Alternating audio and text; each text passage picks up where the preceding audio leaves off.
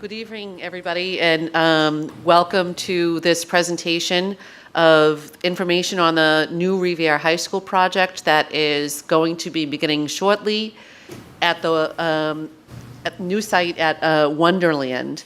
And we are here tonight to give a little information and update to the community. Thank you to the folks who are able to come here and be in person. And thank you to the folks who are taking the time to watch this on YouTube.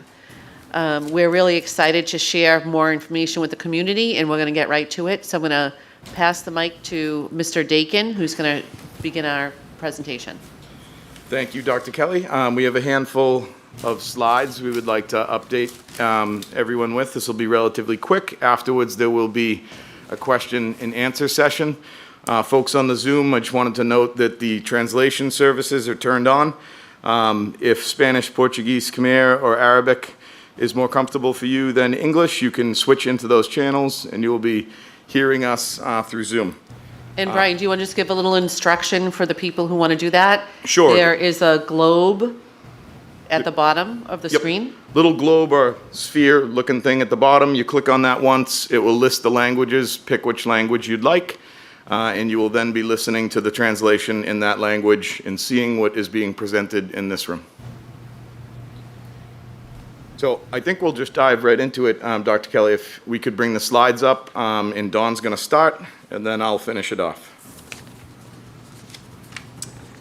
Thank you, Brian. I am Dawn Guariello. I work with Perkins Eastman. We are the architects for the new high school here in Revere, and we're excited to give you some background and updated information on the project we've been working on for a couple of years now. So a few things have changed as we studied different sites, and as Dr. Kelly mentioned, we have arrived at the former Wonderland site, and in a moment I'm happy to share the site plan. I think we were pulling up the slides.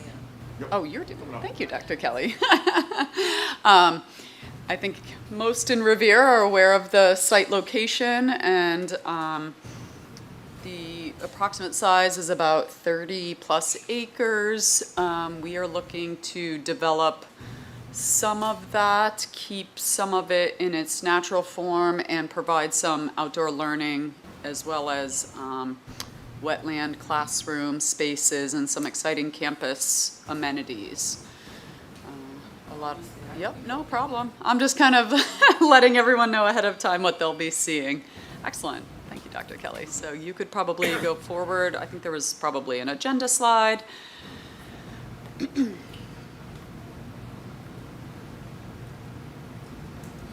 Excellent. Yep. So we'll move through site plan, building plans, some materials, some imagery, and schedule next steps, and then take some questions and answers, as Brian mentioned. Great. So first we'll show the site plan. This is basically a landscape view of what the campus will, at the end of the project, give or take, look like. All of this is subject to change. We're in design development, which is about halfway through the design phase, give or take. So what we're showing today is sort of where we are. We still have over a year of design work to do. So there's still quite a bit to do, but what you're looking at on the left, the rendering is of the Wonderland site. You can see the rotary for those of you off of North Shore Road that are familiar with the site. The entry is approximately across from where the Wonderland T-stop and garage is shown on the lower right-hand side of the site plan. So you would enter onto the campus, drive between the new baseball and turf fields with some parking, come around to the building, which is shown in white, the footprint of it. And thank you, Dr. Kelly. That would be the car drop. So there would be a long queue, take you off of North Shore Road, and allow for parents and or caregivers to drop students right at the front entry, which, Dr. Kelly, if you don't mind hovering over the front entry just to orient folks, awesome, thank you. So right at the end of that sort of loop at the front. Yep. So the academic wings are the length of the white footprint, kind of on the south side, thank you, parallel to the road, give or take. There would be a bus drop that separates from the cars. So you have car drop at the front entry, separate bus drop at the south entry, kind of parallel to the VFW highway. And that brings everyone into sort of the heart of the school, the central space that will become the cafeteria. I'll speak more about that. But the idea is that there are two entries, safe car and separate safe bus drop, and multiple ways in and out of the building. It's worth noting that we are in a flood zone on the Wonderland site. We're very close to the ocean, as everyone's aware. And what that means is our building needs to be elevated. And in elevating it, what we took the opportunity to do is to provide under building parking to capture some of the staff parking that will be required for the operation of the building. Could be, visitor and off hours, community if appropriate, but the majority of the staff would park under the building, and the idea is that that elevates our building outside of the flood zone. It's approximately 14 feet off of grade, just for reference. So what we'll be looking at is kind of building the landform up to the front entry, so you wouldn't know that that building's elevated, but as you drive around to access the garage from the west, which is kind of at the upper left, thank you, Dr. Kelly, to get into the garage building that's below, the grade will drop off and you will know that the building is elevated. There is a central learning courtyard that is at the main floor level. Thank you for pointing that out. And it's sort of bookended by the gymnasium part of the building and one of the academic wings. And as I go through the floor plans, I will specifically point that out. The hope with this project is that we really create a campus for these students, that there's an environment of health and wellness, there's encouragement of community use, and that this building can really be a resource and an asset to the city of Revere. So that's a long-standing goal that we've had for this project, and hope that this building can serve as such when the project's complete. So from an amenities standpoint, I'll point out the multi-purpose field on the lower right. It's called multi-sport field because it's a soccer overlay with a baseball. Thank you, in the center. We've got a wetland replication, which has a path around and a little learning platform. It's a little square in the center there, and the idea is that science classes, different curriculums can benefit from the natural resources that are right here on the Wonderland site. We've got a Eastern County ditch, which serves as a stormwater retention, and that's an open, it exists, so we're maintaining that and sort of not developing a lot to the north of it. But as you come around the back of the building, we have some tennis courts and quite a bit of landscaping that will buffer the campus along the roadway, which is highly traveled and lots of car traffic, particularly in the morning in that direction. Lastly, I will point out that we're sort of bookended between that roadway and the commuter rail train to the north, the tracks. I think there's talk or hope that there could be a future connection to a commuter rail station somewhere along that, the length of that property. So not designed and not guaranteed, but there's lots of communication and talk of that. So with that, let's move on to the floor plans. So these floor plans are, I'll go from the main level. I did mention there's under building parking. That'll be the last floor plan. So I'm kind of starting at the second floor or the main floor, but there is parking below, and I will point that out on the last floor plan slide.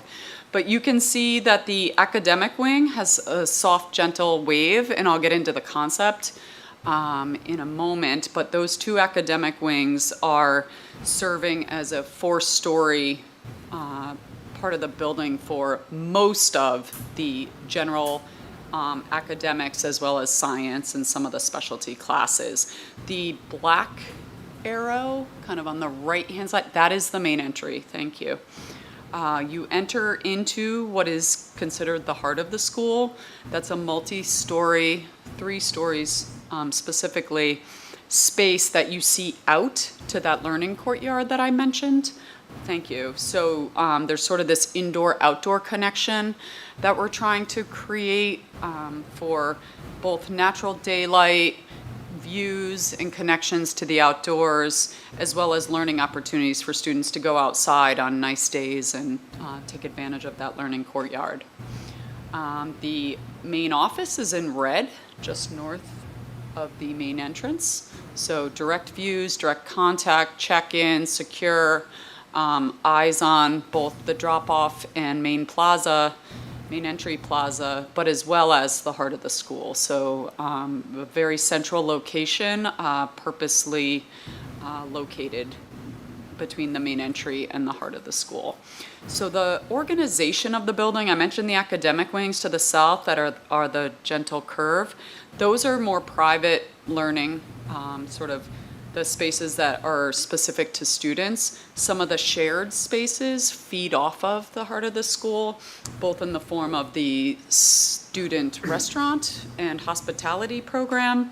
We've got a school store, we have a credit union, there's connection to the gymnasium, like I mentioned, for community use. Thank you. That's the large yellow piece of the building on the upper left. The brown through the north is sort of beneath the auditorium and has some of the back of house as well as kitchen, servery that feed into where the heart of the school, that dual purposes as one of the main cafeterias. So students will be eating there, doing projects, all sorts of activity through that heart of the school. So that is meant to be a shared space and potentially open to the community in off hours. If you want to go up a floor, thank you, Dr. Kelly. You can see that we have an open to below. There's a multi-story space with a main stair. We've got the upper level of the gym with a recreational walking path and some of the shared spaces of junior ROTC. We've got some academic spaces, health classrooms, and vocational spaces that feed into the heart of the school. Some of the tech spaces. We have a freshman, I didn't mention it on the lower level academic, the one on the west, kind of the left side of the building. There's 2 stories of a freshman academy, intentionally sort of designed in a way that the freshmen can transition to this larger high school in a way that is sort of compartmentalized from a scale standpoint. They're not overwhelmed with the size and amount of students. They can have classes together and share resources, but feel like they're part of a freshman academy. And that freshman academy has a part of the cafeteria, the yellow square, kind of in the middle off the heart of the school, that is specifically designed to accommodate the freshman population and their lunch periods. So they can, get to know each other and socialize with their peers, and the upperclassmen would eat on the main floor heart of the school. So visually there's connection, acoustically there's potentially connection, but they have a space specific for the freshman population. Bookending that space, we've got the auditorium, which is approximately 1,000 seats. It's going to have a modern day theatrical capability with plenty of opportunity for both community use as well as school use to do performances and theater and chorus, you name it. Those green spaces to the right of it are the performing arts spaces. So we have chorus, we have band, we have theater. We've got a maker space that is both for curriculum, but also intended to serve as, students can build sets and take them to the stage and have that support the performing arts. And the idea is that there's a connection there to the freshman cafeteria, so some of that creativity and project work can spill out into that freshman cafeteria in off hours where students aren't eating there, and they can have more space to support that program. As well as the lower side of that freshman cafeteria, there's a couple art rooms that will have the same sort of visual and potentially like a glass garage door connection, so that that space can dual purpose throughout the afternoon, evening. Students can use that as a resource, not just a simple cafeteria where you eat lunch and leave. So the idea is that this heart of the school has many different faces that it could wear, and purposes that students and community could use. So with that, we have more academics along the academic wing. You'll see that that's a pattern. There's stacked for 4 stories. I could get into specifics, but in general, the blue squares are general classrooms. The purple squares support the special education program. The red squares are spaces that adults are in, so teacher planning, house admin spaces, and those are always stacked and predictable. So on every floor, students know where to find an adult or where to go to an office if they need support. So that's what the red squares are. And then the sort of green are all either science, and in the case of Freshman Academy, those are all biology labs. We've got tech spaces that are also green, so there's quite a bit of green on the second floor. We've got art rooms, we've got science rooms, we've got some tech spaces, we have junior ROTC, I mentioned the performing arts to the top, so quite a bit of science and tech spaces here. If you go up, Dr. Kelly, great, thank you. Here we've got more academics, similar to the floors below, but what you'll see off the heart of the school are these yellow spaces.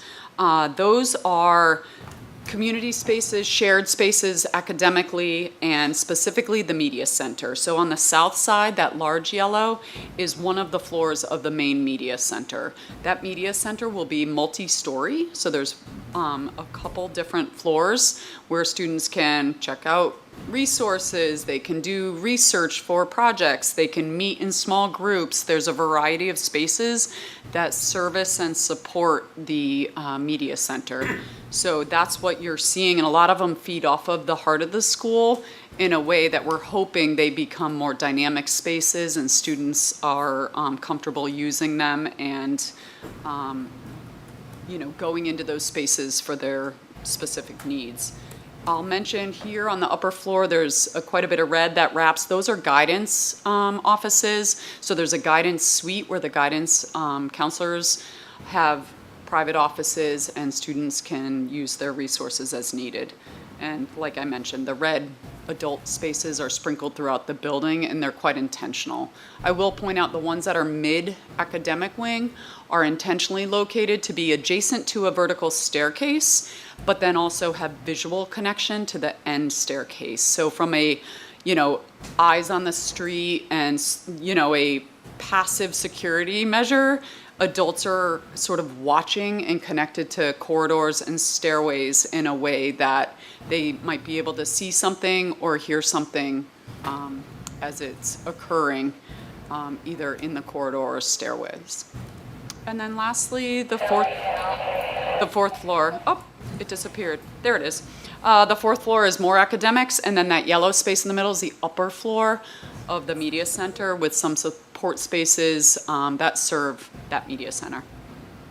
And the rest of it's roof, and you can see the top of the auditorium is just a cutaway of that volume because that part of the building is fairly tall. So with that, this is the underbuilding parking. All of this is subject to change, particularly the parking as it gets laid out. We have a parking consultant that will help refine this and make it efficient, accessible, and safe. So we've got some materials selections just so you can get a hint of what the outside of the building will look like. These are some previous presentations that we pulled together and shared. On the right-hand side, you can see some of the concepts. We've got a wave concept that feeds off of the ocean. It's a lot of the natural resources here in Revere. We've got oceans, sand, driftwood, sea glass. So trying to draw from the inspiration of the seacoast and the natural resources here in Revere. And on the left is just a hint of color palette and materials for the exterior palette. So as we move to the next slide, you'll actually see some physical samples. So these are duplications. On the right, it's sort of the virtual palette. On the left, those are the physical samples that these working group that was asked to participate and give feedback formally decided on. So there's a very neutral beige brick that picks up on some of that sand look and feel. We've got iron spot, dark brick at the base of the building and strategically at some of the stairwells and whatnot. Very durable, easy to clean, dark intentionally at the base of the building. We've got some field stone that got pulled off of the actual facade of the building, but will get picked up on some seat walls on site and serve as sort of another passive security measure to prevent people and vehicles and things from getting too close to the building. So those will be strategically placed on our landscape design. We've got some different tones of blue glass, and then some wood phenolic, could be in the form of some fins or some materiality on the outside that pick up on the driftwood that I mentioned in the previous slide. And then if you go to the renderings, first we've got the massing, I'm sorry. So here you can see the academic wing always kind of stands out. It's that big wave, and the wave's intentional. This academic wing's really long, and the idea is that the wave starts to break up the views as you look down each long corridor, and it's a subtle curve. It's not very strong in its radius, in that it's soft, and it also breaks up the linear length of those academic wings. So that's 4 stories tall, as I mentioned in the floor plans, plus there's underbuilding parking. The main entry you can see on the right, just to orient yourself. That's the heart of the school. That's 3 stories, as I mentioned, going through the floor plans. We've got the performing arts on the right-hand massing. It's that 2-story that kind of comes out towards you at the bottom right, with the auditorium adjacent to it. The gym is behind it, and then the courtyard is between the gym and one of the academic wings. And on the left, you can just see different views from other sides of the building. Here are some exterior precedents, either from materiality or, window patterns. So just gives you an idea of things that we were looking at. And then if you go forward, this is all subject to change. So just want to point out, these are studies. These are not the final design, but the main entry with the academic wing on the left, performing arts on the right. If you go forward, you will see this is, again, subject to change. This courtyard will have a lot more than just grass. This is intended to be a learning space, a space that students can enjoy, whether they're eating outside, doing projects outside, or taking a class outside. So there will be a lot more to it. This is just for the sake of showing that it's outdoor space. You can see the academic wing to the right. The heart of the school is in the middle. So 3 stories of connection there, back to the heart of the school, and the gymnasium. And some of the support spaces I mentioned, health classrooms and workout rooms, weight rooms on the left. This is one of the academic wings from the road side of the street. I'm sorry, this is from the courtyard side. So this is like if you were standing in the courtyard looking towards the academic wing. So 4 stories tall. And you can see some of that dark brick that goes up at that's the teacher planning. There's a staircase directly adjacent. I spoke to that in the floor plans. And the next one, I think, is from the street side. Yep, so the dark iron spot brick that I mentioned at the base, and then it's mostly classrooms on this particular wing, and then in the distance, you can kind of see that second academic wing curve in the other direction, and that side has some of the science rooms and additional academic. So with that, I will turn it over to Mr. Dakin to speak briefly about the schedule. Thank you, Dawn. So as Dawn described, the project is currently in the design development phase. We will be advancing this design. I encourage folks to watch the website attend building committee meetings, you'll see this design evolve for the rest of this year and into next year. We're also working on initial environmental permitting. So in the design development phase, we get a head start on state environmental permitting. We develop the design. That all culminates this coming January with an additional set of estimates based on where the design is at that point. That's the point where we will demonstrate that we remain on the budget that the city approved for this project. We will then continue developing the design into construction documents and start bidding work out over the course of next year. We anticipate being able to start construction on the site in May of next year to start demolishing the old dog track and old abandoned utilities on this site. The graphic on the bottom of this screen is a representation of what the site will look like through the site demo phase. It will be secured with a fence, multiple vehicle entries. It will be staffed daily by the contractor, by ourselves, the owner's project manager, and will act as a closed to the public site from next year all the way through completion in August of 2028. So heavy construction in terms of steel enclosing the building, mechanical systems, and the interiors will really hit high gear in 2026 through 2027. And in that summer of 2028 is when we plan on commissioning the building, finishing the building, getting occupancy permits, and loading the building down with technology and furniture, being ready for a new school opening in August 2028. So as I noted, I encourage folks to keep your eye on the website to attend school building committee meetings. We'll be doing this through 2028. And the design will continue to develop this year. We'll start bidding out work next year, and that's when a lot of these ideas at that point will be finalized. So I wanted to move on to sort of a seeing if folks have any questions. This might be take a little bit of a second because I want to check the few rooms that we have the translators working in. But starting in the room here, if anybody has any questions from the public, you can come up to the podium.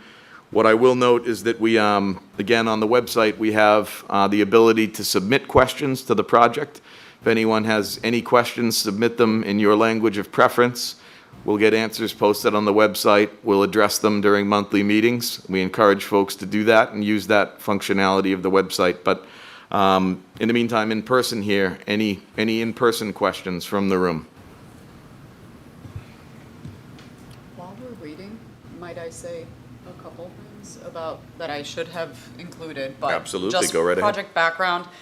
This project is a Massachusetts State Building Authority project, which is a state funding agency that the city applied to be in the grant program and was accepted and will receive money from the state for this particular project. With that, they have a process of defining the enrollment.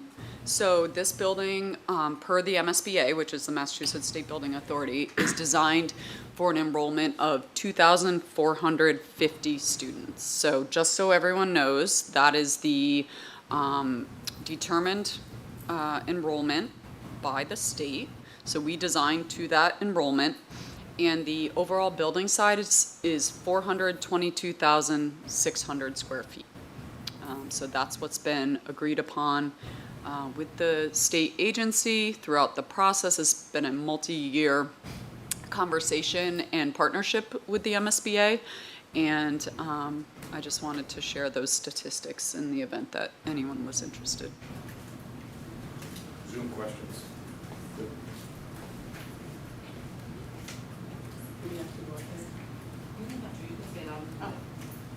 That was one of my questions. What's the capacity of students? So it's 2,450.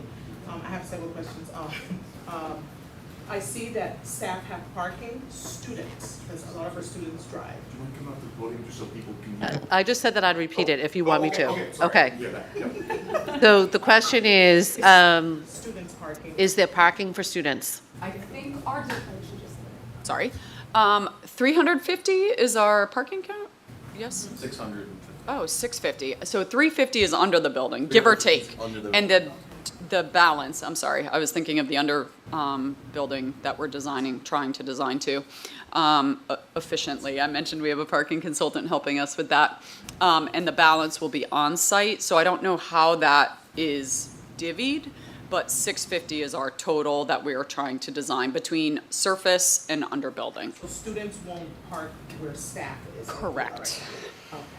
That is the goal. Yeah, so we have to iron out all of those specifics. But there will be student parking on campus. We might do something like seniors have a privilege of parking under the building. We want to work with the students on making some decisions like that. We've got about 250 staff members all in, so there might be some room there for some, we can figure something out. But there will be 300 spots outside of the building that anybody can park in.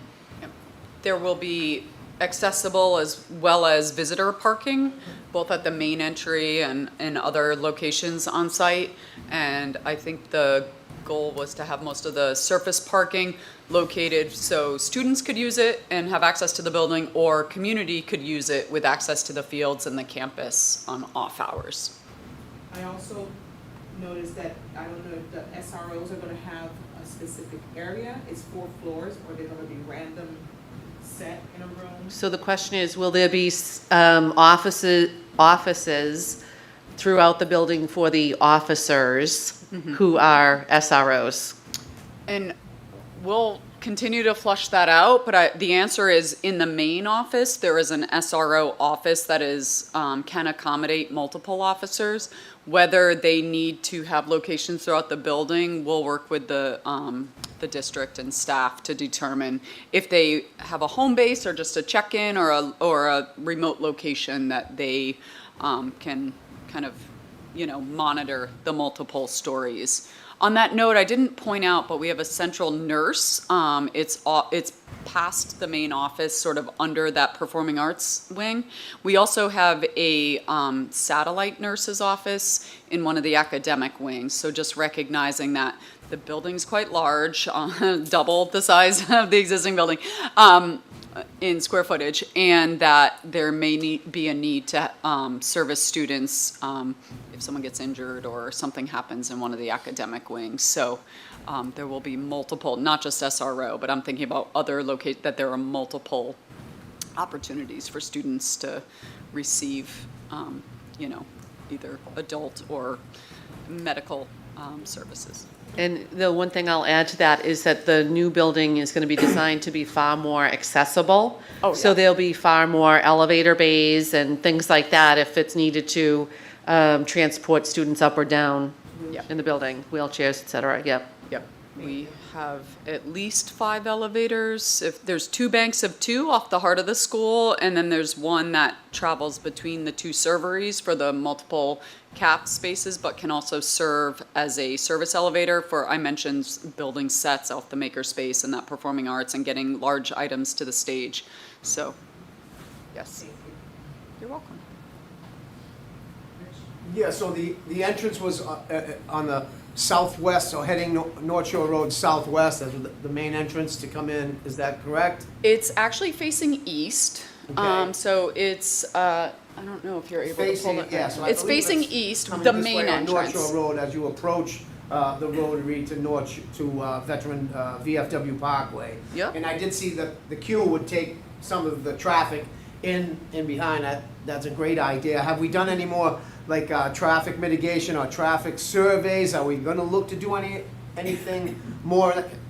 Like the queue is great, it's still probably not, at those times, it's gonna create, I don't wanna say a nightmare, because I can't see, you know what I mean? But it's Right. going to be difficult if you're familiar with that area now. So the question is, are we gonna look into that further?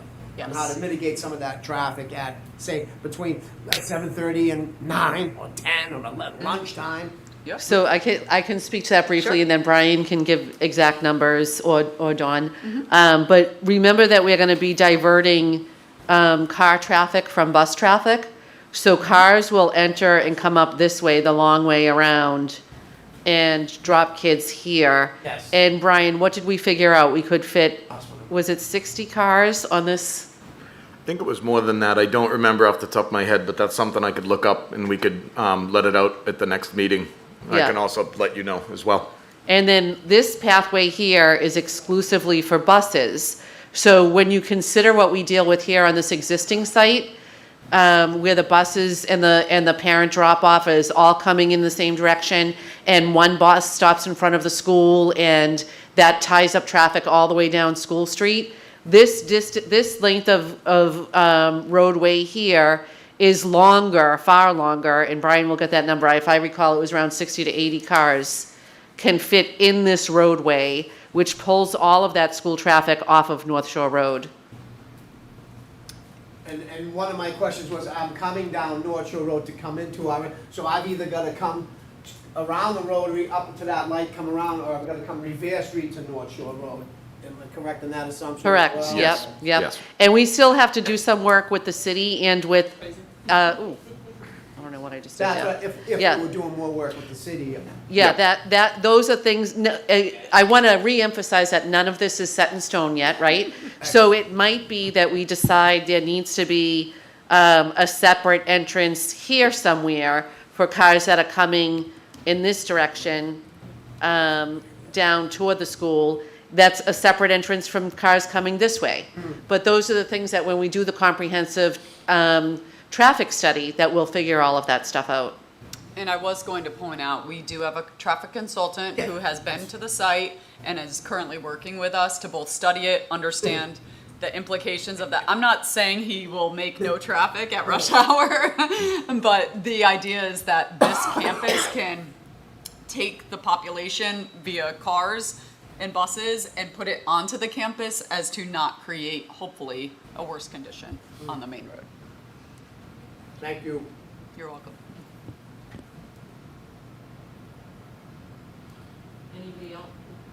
Does anybody else have any questions or any thoughts on this? What are you thinking? Is this a good plan or? Building's beautiful, it's beautiful, the plan, the wave, the materials. Yeah, I'm just gonna repeat, people like the wave, the materials. It is definitely a huge building, and when we think about, as you know, Leslie, working here every day, how crowded this building is, I think it's gonna be a relief to have more space for students to spread out in. I like how it's all divided. You know, I like the fact, I like the freshman section. It's a good way for them to integrate with, you know, because they do get lost now. Yeah. Yeah. It's overwhelming, especially in a I school really this size. like that. Yeah, and having the freshman academy, you're right, is gonna give them, It's a nice thing. they're still part of the building, but they're isolated a little bit. So it's a good transition phase for them as they develop into their own. And the intention is, I just want to reemphasize this for the community. If I go back to this schematic of the drawing, the idea is that we will be able to shut down these academic wings to preserve the classroom space that we need and still think about using the rest of this facility for community things in the evening. So that's something we're intentionally focused on, and that was one of the things that came out when we initially did the community study back in 2018. One of the big things that came out of that is that we wanted this not to just be a high school, but to be a resource for the whole community.